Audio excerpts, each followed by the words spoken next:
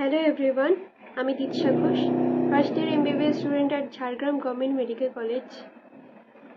আমি আগের একটা ভিডিও আপলোড করেছিলাম regarding my experience in last few months of NEET 2023।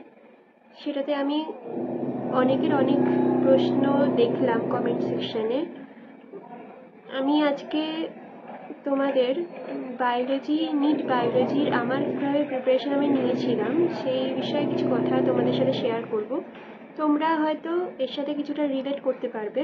আমি কখনোই বলবো না এটাই best procedure to score good marks in NEET biology.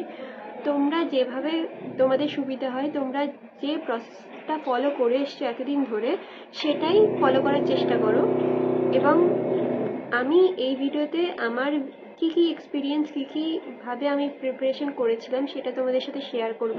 তোমরা হয়তো নিজেদের প্রসেস ঠিক আছে কিনা তোমরা কোরিলেট করতে পারবে, তো তোমরা বুঝতে পারবে তোমরা সঠিক ডাইরেকশনে যাচ্ছ কিনা।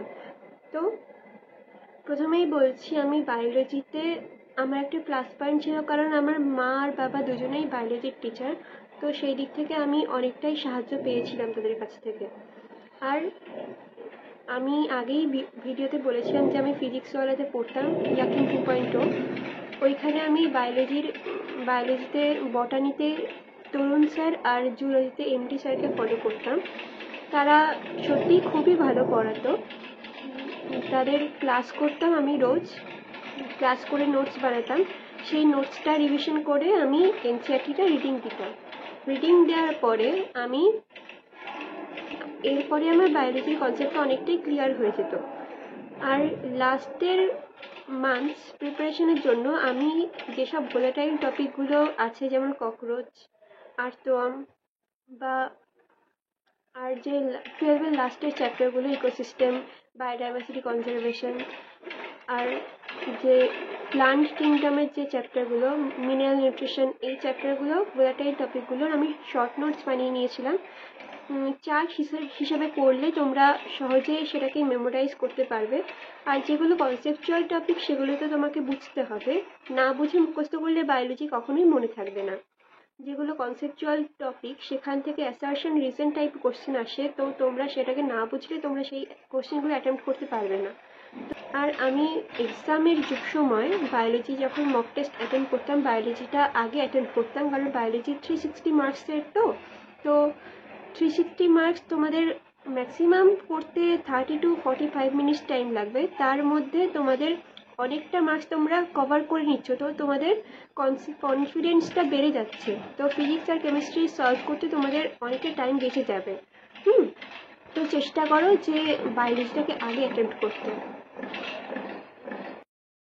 হ্যাঁ, আর মার্কস নিয়ে কখনোই তোমরা টেনশন করো না, কারণ আমি বায়োলজিতে কমপ্লিটলি এনসিইআরটি বেসড দেবে। এনসিইআরটি প্রতিটা লাইন থেকে কোশ্চেন দেবে। এমনকি এনসিইআরটি যে ডায়াগ্রামগুলো আছে সেই ডায়াগ্রামগুলোর যে ডেসক্রিপশনগুলো, সেই ডেসক্রিপশনের পয়েন্টগুলো একটু ভালো করে দেখে নিও। আর সামারি পোর্শন আর সামনে যে সায়েন্টিস্ট পার্টগুলো আছে সেই পার্টগুলো একটু দেখে নেওয়ার চেষ্টা করো, সেখান থেকে কোশ্চেন দেয়। আর এনসিইআরটির প্রতিটা লাইন ইম্পর্টেন্ট, সেটাকে বুঝে মনে রাখতে হবে। আর মক টেস্টের মার্কস নিয়ে কখনোই তোমরা টেনশন করো না। অনেককে দেখেছি আমি মক টেস্টে যেমন 680, 620 এরকম স্কোর করতো, কিন্তু নিটে 500 ক্রস করতে পারেনি। এমনও অনেক আছে যারা মক টেস্টে 400, 500 এরকম নাম্বার পেত, নিটে পেয়েছে 620, 630 এরকম। তো তোমাদের নিটটা কমপ্লিটলি তোমাদের প্রিপারেশন বেসড। প্রিপারেশন তোমরা ঠিক ডাইরেকশনে করছো কিনা, নিট ওরিয়েন্টেড পড়ছো কিনা সেটার উপর ডিপেন্ড করছে। মক টেস্টে মার্কস বেশি পেয়ে কোনো লাভ হবে না, তোমরা নিটের ফোকাস করো। আর মক টেস্টে দেখো যে তোমাদের উইক এরিয়াগুলো কী উইক এরিয়াগুলো আইডেন্টিফাই করো আর সেটাকে রেকটিফাই করার চেষ্টা করো। হ্যাঁ, আর যে কোশ্চেনগুলো তোমাদের ভুল হচ্ছে সেগুলোকে মিস্টেক কপিতে নোট ডাউন করো আর সেটাকে প্রতিদিন দেখতে থাকো। তো তোমাদের কোন কোন উইক টপিকগুলো আছে সেগুলো স্ট্রং হয়ে যাবে, তো তোমাদের নিটে মার্কসটা অনেকটাই ভালো আসবে। মার্কস নিয়ে কখনো টেনশন করো না, আমি এটা আগেই বলেছি, এখনই বলছি। হ্যাঁ, আর biology previous year question last 10 years করার চেষ্টা করো। Last 10 year previous year question করলেই বায়োলজিতে এনাফ। তো যে পোর্শনগুলো থেকে এনসিইআরটিতে মার্ক করে রাখো, যে পোর্শনগুলো থেকে প্রিভিয়াস ইয়ার কোশ্চেন এসছে সেই পোর্শনগুলো অনেকটা এমফাসাইজ করে পড়ার চেষ্টা করো, দেখবে তোমরা অনেক কোশ্চেনই কমন পেয়ে যাবে নিতে। বাকি পোর্শনগুলোও পড়ো, আর যেখান থেকে কোশ্চেন এসছে সেগুলোকে আরও ডিপলি পড়ার চেষ্টা করো, এনসিইআরটি থেকেই পড়ো। আর আমার এমডি স্যার আর বটানির জন্য তরুণ স্যারকে যথেষ্টই ভালো লেগেছিল, তাদের সাথে আমার ফ্রিকোয়েন্সি সম্পূর্ণভাবে ম্যাচ করে গিয়েছিল, মানে আমার বায়োলজিটাকে পড়তে বেশ মজা লাগতো। তো তোমরা দেখো তোমাদের জন্য কোন স্যার বেস্ট হচ্ছে, বা তোমাদের জন্য কোন স্যারের সাথে তোমার ফ্রিকোয়েন্সি ম্যাচ করছে, সেই স্যারকেই ফলো করো।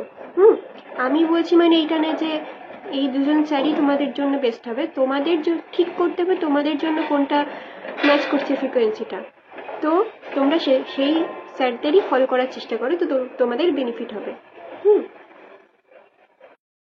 লাস্ট মান্থ প্রিপারেশনের জন্য তোমরা যতবার সম্ভব হয় বায়োলজি এনসিইআরটি বইটাই বারবার করে পড়ার চেষ্টা করো, আর তোমরা যে শর্ট নোটস বা চার্টস বানিয়েছো সেগুলো রিভিশন করো।